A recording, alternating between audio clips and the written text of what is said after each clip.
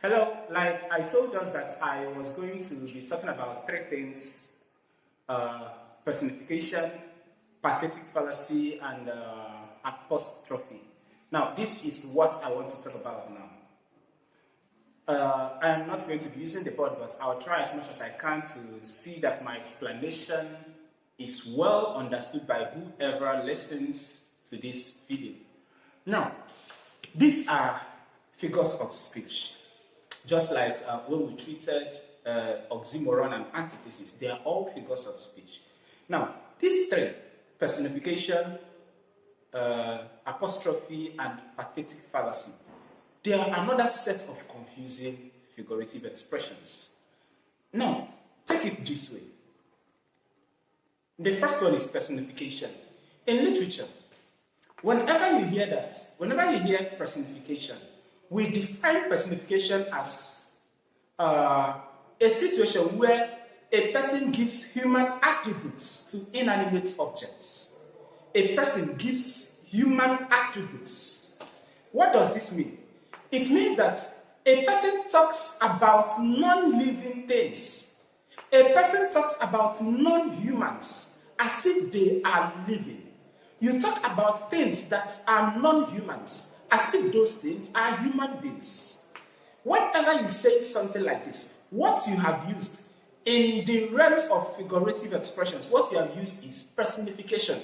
What it simply means is that you have personified that particular thing.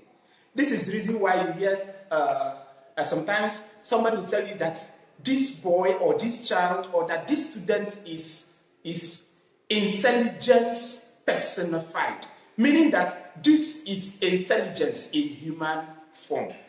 That is what it means. So personification in literature means you give human attributes. That particular thing, you make it appear like a human. You make it act like a human. That is personification. Take for instance, that time you hear somebody say something like, and as I sat there in the field, regretting everything that happened in the past, the wind whispered courage into my ears. The wind. This is that part of the inanimate object we're talking about. Whispering. Courage. When you talk about whispering, it should be a human action. But you can find out that in that expression, you use whispering when talking about the wind. Now, this is personification. You talk about, I will try to lay emphasis on this, about. You talk about inanimate objects as if they are humans. You talk about inanimate objects. The sun smiled, and just while I was there, the afternoon sun, smiled on the earth. This is personification. You have personified the sun.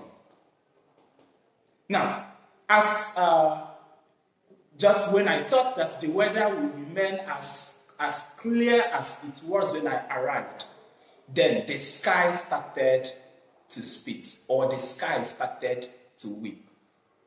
In a situation like this, you have personified the sky. You are trying to say it rained.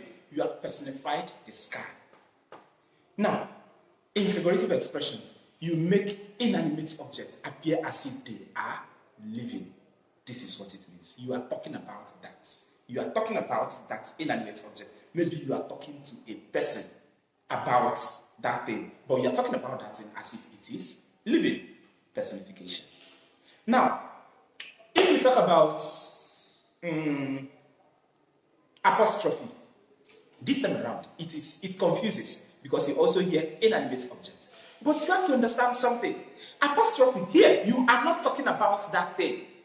It is the same talking, it still has to do with inanimate objects, as if they are humans, yes. But here, you are not talking about it. You are talking to it. Understand that?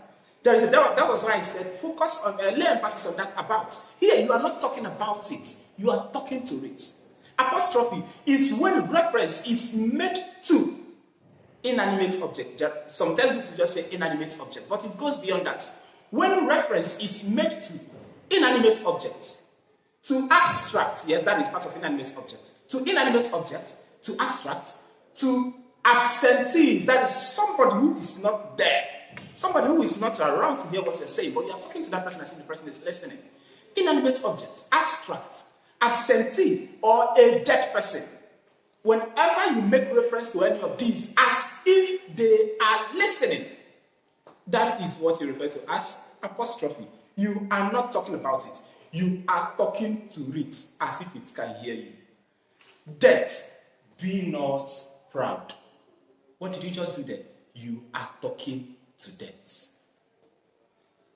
When I remember an example I give to my students when talking about this, that I will tell them that moment when you go to the pot, maybe you want to go and scoop a piece of meat into your mouth, and you didn't want anybody to hear the sound of the cover of the pot. And maybe as you are opening it, the cover slips off your finger and you hear that banging noise. And you find yourself asking the pot, why? Why would you do this? Such a time when you find yourself talking to inanimate object, you are talking to it.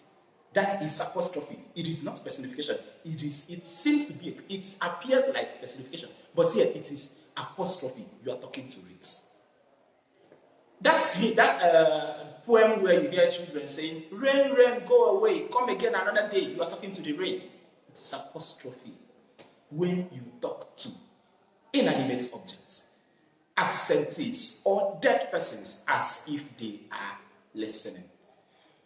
A particular poet, I think a poet, right, said, Milton, you should have been here. These are not his exact words, but this is the meaning. Thou should have been alive by now, something like that. The person this person is talking to is Milton. Milton is dead long ago. He's not there to hear you. In a situation like this, what you are using there is apostrophe. So this is what apostrophe means. Know when you are using personification and when you are using apostrophe. After that, the next one is pathetic fallacy. Now, pathetic fallacy also confuses people with personification. In fact, pathetic fallacy is a type of personification. It is personification. It is a type of personification. But here, what is personification first? Personification is when you give human attributes to inanimate objects, right? Yes. Now, pathetic fallacy is when the aspect of human attributes that you give to this inanimate object is the emotional part. You make inanimate objects to share in the emotions of humans, not just acting. Not when you say the wind whispered, not when you say and the rain clapped on the zinc, not that time when you say and the trees were dancing. These are just ordinary personification. But if you use personification in a way that it shows or it implies that these inanimate objects share in the feelings of human beings, that they have emotions. When you say something like this, it is personification, but you have gone beyond personification. It is now pathetic fallacy. It shares in the feeling of human beings. When the king died, the sky wept all day. Yes, I used the sky wept in the other parts. But now, because of the way it appeared, because of the structure of or should it be the structure? No, because of the context. When the king died, the sky wept. It makes it look like the sky shared in the emotions of human beings. The sky felt the pain of the death of the king. Whenever you make it appear, whenever you take a part of a kind of personification presented, and it implies that inanimate objects share in the feelings of humans, that is pathetic fallacy. I appreciate you so much. Thank you for being there. One thing that gives me joy is knowing that there are people who appreciate what we do here. There are people who are there to listen to us. Not like I am the best, but I am so glad knowing that there are people who love what we do here. And I want you to know that I love you all over there. Thank you so much.